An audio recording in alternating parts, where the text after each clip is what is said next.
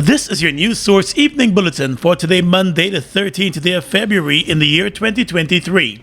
I'm Gordon Mosley reporting, and here's what we're tracking tonight. A Windsor Forest, West Coast Demerara man who went back into his burning house to rescue a grandson perished in a Sunday afternoon fire, which has left the community in disbelief.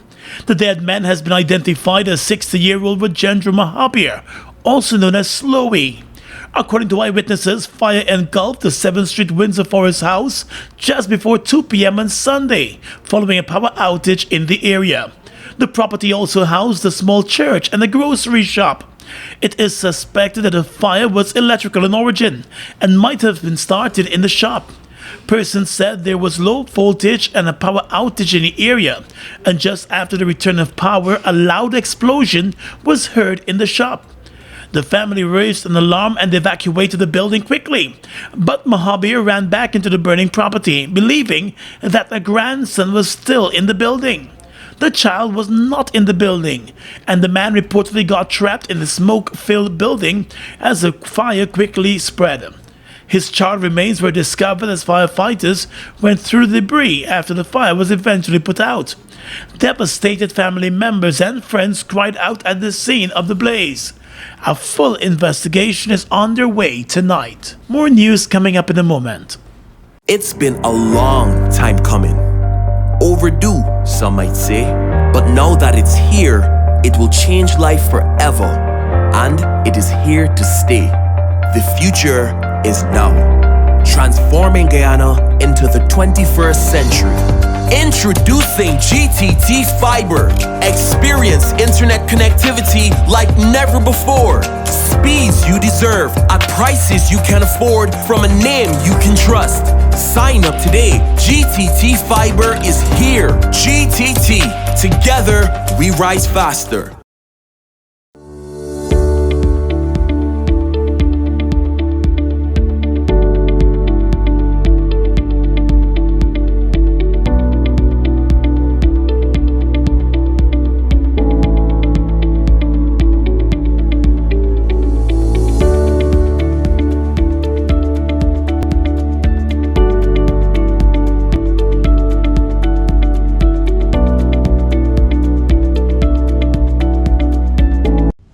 Giftland Office Max, we're all about customer satisfaction.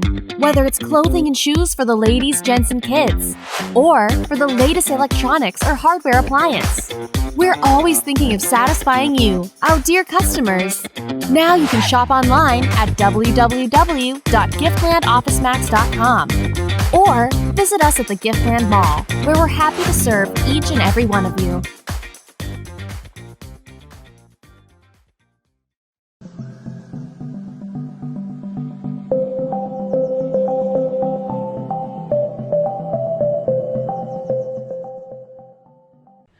Fina, how you could get yarning on today's pension day? I collect my pension and went to the market since the 23rd. How you mean? I tell you, Levy switched to lodgement. Since me last book finished, I switched. Oh, you joined up a lodge? Was this lodgement? The NIS lodgement system allows pensioners to get their pension into their bank account. The money is paid into the account by the 23rd of the month, so you could withdraw it whenever you like. So wait, I ain't got to join no long line. Why you ain't tell me before? Told you clear. When you go to submit your life certificate, ask them for the allotment application form. When you complete it and the bank verify it, then NIS is going to process it. After they process it, your money will be in your account. Well, all right, I join them now. And don't forget, when you're carrying your life certificate, ask them for the lodgement application form. For further information, please visit the website at www.nis.org.gy, the National Insurance Scheme Facebook page, or your nearest NIS office. Get in the game with Buster. Win a full gaming setup, Xbox X, gaming chair, gaming speaker and headset, or any of over 60 weekly prizes like Oculus Quest 2, Mini 2 drone, Nintendo Switch, and many more top gaming prizes. Check below for details.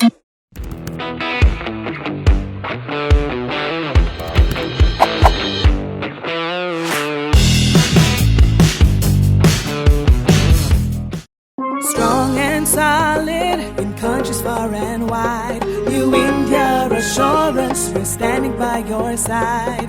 Golden service, half a century and more. New India Assurance, our policies are secure. From the heart of India, we serve these islands.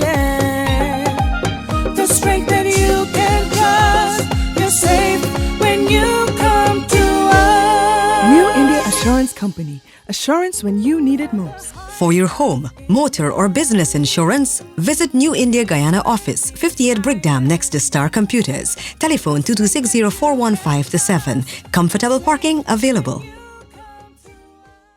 Let's tell you now that the Guyana Fire Service has announced that it has confirmed that the fire which gutted the Parika market on Friday was caused by sparks from welding that was being done on a metal structure above the market. In a statement, the Guyana Fire Service said that based on its investigations, some of the residue from the welding torch fell into a storage bond of a shop at the market and ignited the blaze, which destroyed more than 40 shops, leaving hundreds of millions of dollars in losses and damages. The fire service said the afternoon fire, which quickly engulfed the entire market, was aided by heavy wind in the area. The fire service was criticized by some shopkeepers and vendors for its response. The closest fire station to Parika is located several miles away at Lenora. The eyewitnesses said the first fire tender arrived at the scene more than 1 hour after the fire started. Shopkeepers were the first to point investigators to the welding work that was being done by a contractor above their shops in the market. A big metal frame was being constructed as part of a building of a new market above the old one. On Sunday, many of the shopkeepers gathered at the scene on what would have been a busy market day for them. With plans for the long-awaited local government elections back on track, the Guyana Elections Commission started the Claims and Objections period today. In a statement, the Elections Commission said the claims and objection exercise is integral to the preparation of the registers of voters for the conduct of the elections in the 80 local authority areas. GCOM said during the exercise, any person who is 18 years or older by the 22nd of May and is a Guyanese citizen by birth, descent, or naturalization, or is a citizen from a Commonwealth country living in Guyana for more than a year can make a claim to enter on the register of voters on or before the 19th of February. GCOM also said persons desirous of making a claim to be included in the register of voters are required to visit the office of the Assistant Electoral Registrar responsible for that local authority area with their original birth certificate, a valid passport, adoption certificate if required, or naturalization certificate.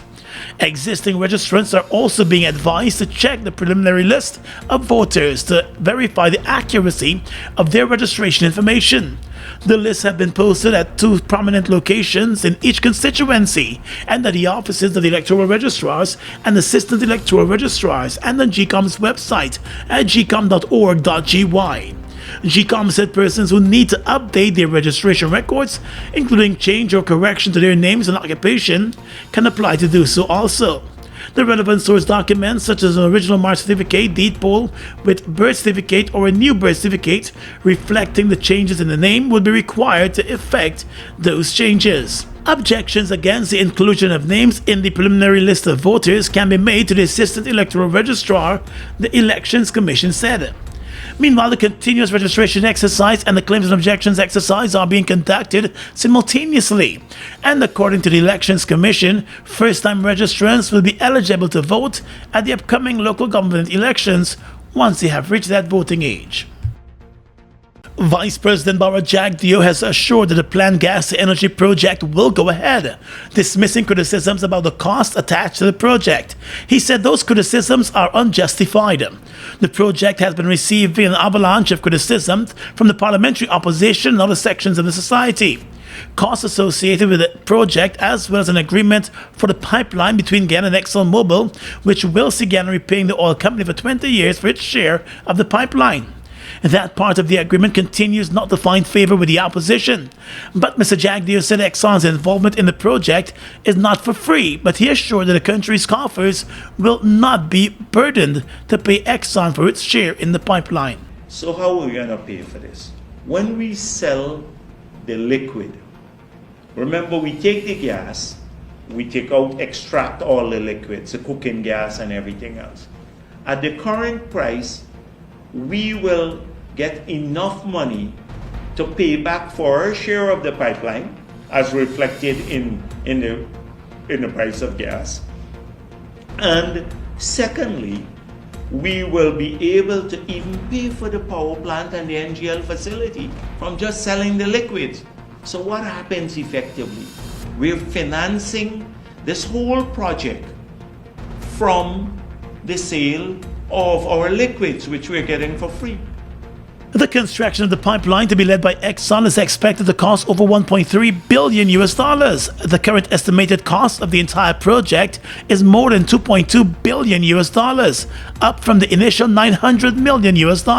In December, the Guyana government signed a $759 million contract for the construction of the integrated natural gas liquids plant and the 300 megawatt combined cycle gas turbine power plant to be constructed at Wales on the western Marara. We explained many times that the gas to energy project, we are going to own 100% of it, the power plant and the NGL facility to process the gas. 100%. What is not clear about that? US-based partnership CH4 Linsaka was granted a no objection by the government of Guyana to construct the 300 megawatt combined cycle power plant and the natural gas liquids facility.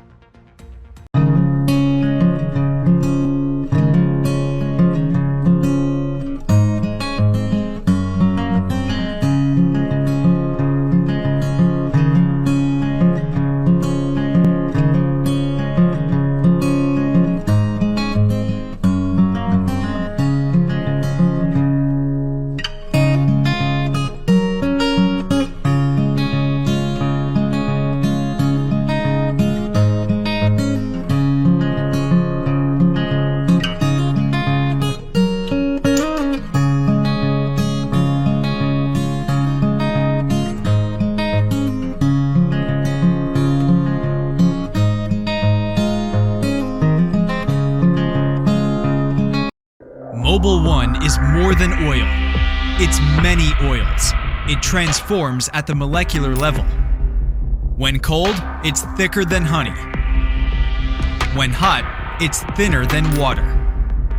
Mobil 1 adapts and readapts to last longer. 16,000 kilometers between oil changes.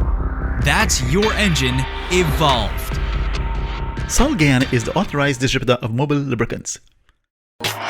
You taste the cheese, you hear the crunch. Grab a zoomers and zoom into fun. And with the first taste, you feel like you don't want it done. Blast off to a whole new place with every single bite. The cheesy goodness bring your taste buds alive. So let's just zoom into fun with this wheel-shaped light. Zoomers, zoomers, zoom into fun. Anson Mini Mart is now open to serve your everyday wants and needs. Our experienced pharmacists will help you feel your best, ensuring you bring home everything you need. We guarantee you will come back for everything you want. Our team is friendly. Our shelves are stocked and ready. Hassle-free shopping for your busy life. Anson Mini Mart, everyday shopping made easy. From our home to yours. Anson Mini Mart is now open to serve you. Call 220-0505 or check out our Anson Macau Guyana Facebook page for more details.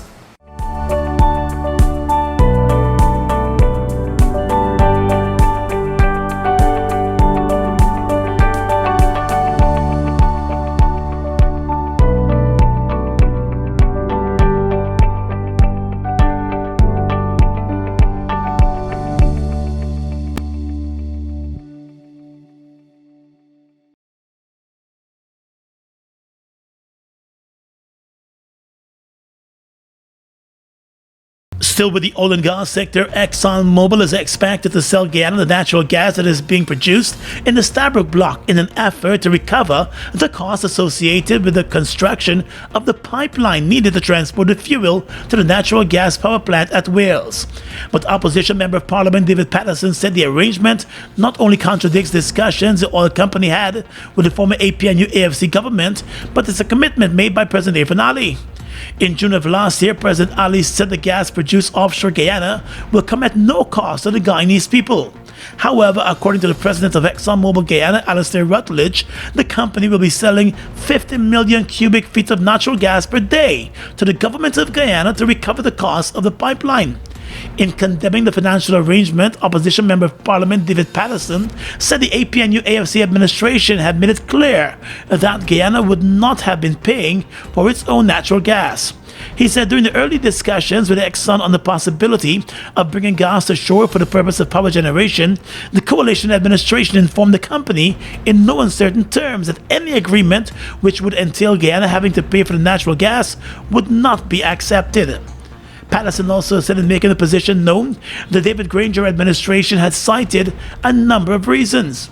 According to him, the coalition's discussions were centered on the capital cost for the pipeline, as well as the costs associated with operations and maintenance of the pipeline. He said based on the discussions made and the disclosures made by ExxonMobil, it would appear that the PP civic government has made a complete U-turn on its earlier position. With the government tight-lipped on the project, Member of Parliament Patterson said the multi-billion-dollar gas ashore project, which is expected to be completed by December next year, is shrouded in mystery.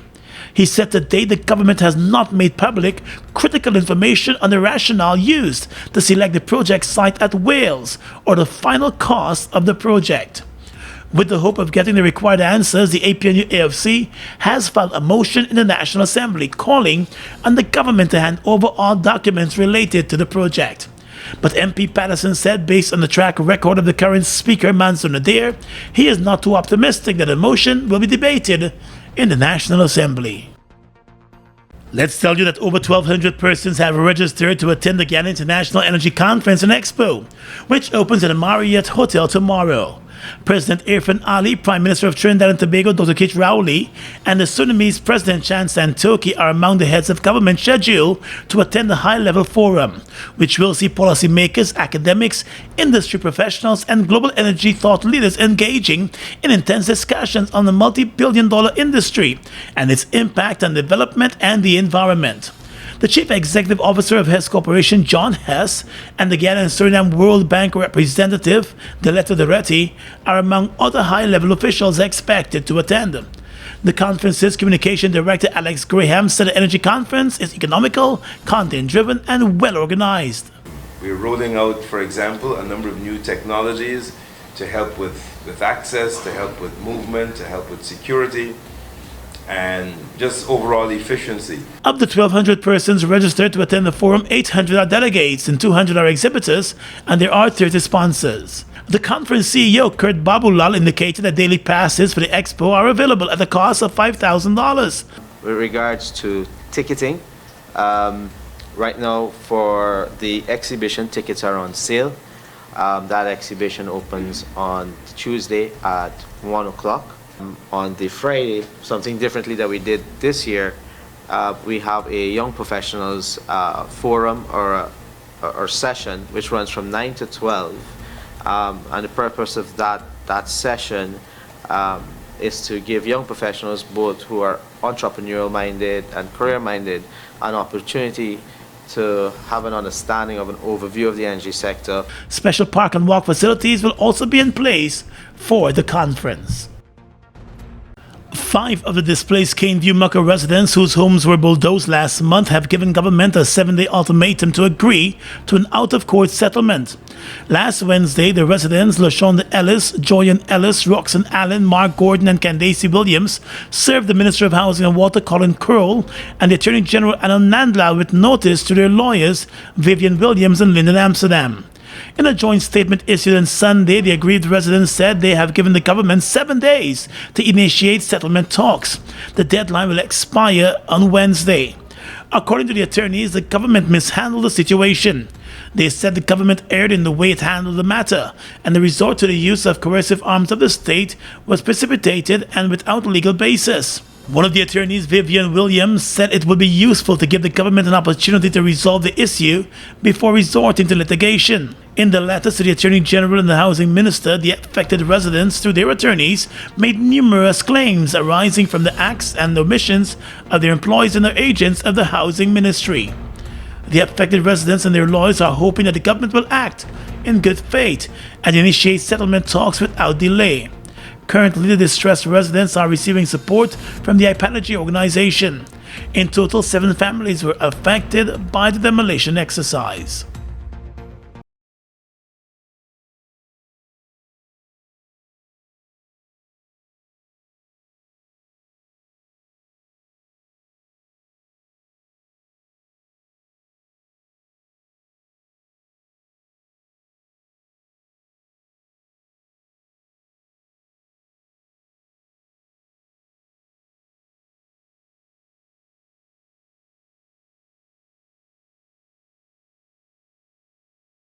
Anson Mini Mart is now open to serve your everyday wants and needs. Our experienced pharmacists will help you feel your best, ensuring you bring home everything you need. We guarantee you will come back for everything you want.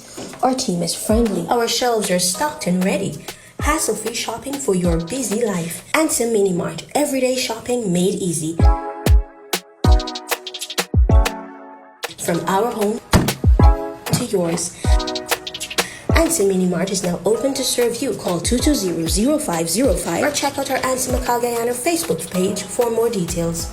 Food Max Supermarket, located on the ground floor at the Giftland Mall, is your one-stop shop for all your grocery needs. We stock a variety of imported frozen meat and food products, fresh produce, and pet supplies, freshly made bread. Rotisserie chicken and patties are also available daily. Shop in comfort today at Food Max and let our courteous staff assist you in satisfying your shopping needs. Food Max, the fresh food specialist. It's one of your biggest goals, getting your own home, where memories are made, where happiness lives. You may feel that home ownership or renovation is beyond your reach, but we at Republic want you to know that there's always a way. Ask us about our suite of mortgages. Let's help make your housing wishes come true. Or advise on how the equity in your existing home can finance other dreams and goals. Call or go online to learn more. Get in the game with Buster. Win a full gaming setup, Xbox X, gaming chair, gaming speaker and headset, or any of over 60 weekly prizes like Oculus Quest 2, Mini 2 drone, Nintendo Switch, and many more top gaming prizes. Check below for details. Fuel it up and drive, Super 95. Tune up, fuel it up and drive, Super 95. Tune up. Protect your fuel system, boy. High mileage and performance, boy. Guy Super 95 gasoline gives you more reasons to drive and is available at 56 service stations nationwide. For affordable price, high performance, and high mileage, choose Guy Super 95 gasoline. Fuel it up and drive.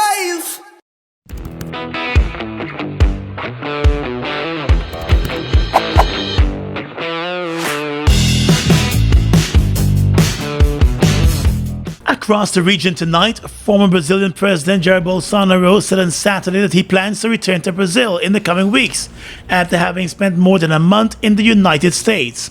Bolsonaro flew to Florida 2 days before incumbent President Luiz Inácio Lula da Silva was sworn in as the new president on the 1st of January and later applied for a 6-month tourist visa to continue his stay in the U.S. Bolsonaro said there is no place like home. He said he intends to return to Brazil in the coming weeks. A swift return to Brazil could pose risk for Bolsonaro, who is accused of instigating a violent election denial movement in his home country. The Supreme Court has agreed to open an investigation into Bolsonaro for allegedly encouraging anti-democratic protests that ended in the storming of government buildings by his supporters in Brasilia. His plans to return were put into question after his lawyer told the Reuters news agency that the former president would like to enjoy being a tourist in the U.S. for a few months before deciding what next step he would take. In Argentina, more than 5,000 pregnant women have entered Argentina in recent months, including 33 on a single flight on Thursday. Those arrivals were all in the final weeks of pregnancy, according to the National Migration Agency. It is believed that the women want to make sure their babies are born in Argentina to obtain an Argentine passport and citizenship. The number of arrivals has increased recently, which media suggests is as a result of the war in Ukraine. Of the 33 women who arrived in the Argentine capital on one flight on Thursday, 3 were detained because of problems with their documentation. The Russian women had initially claimed they were visiting Argentina as tourists. One official said that Russian women wanted their children to have Argentine citizenship because it gives more freedom than a Russian passport. Having an Argentine child also speeds up the citizenship process for parents as it stands. Russians can travel visa-free to only 87 countries, while Argentinians can travel visa-free to more than 170 countries. And finally tonight, international news. Moldova's president has accused Russia of plotting to use foreign saboteurs to overthrow her pro-EU government. Maia Sandu nominated a new prime minister on Friday, who is pro-EU like his predecessor. President Sandu said the plot would involve protests by the so-called opposition, aiming to overthrow the constitutional order. Russia's war in neighboring Ukraine has put Moldova, one of Europe's poorest countries, on the great strain. Last week, Ukrainian President Volodymyr Zelensky said Kiev's intelligence service had uncovered a Russian plot to destroy Moldova. Moldova, wedged between Romania and Ukraine, became a candidate for EU membership last summer. The country of 2.6 million people has struggled with an influx of refugees from Ukraine. And that's your News Source Evening Bulletin for tonight. I'm Gordon Mosley, reporting and encouraging you to stay safe.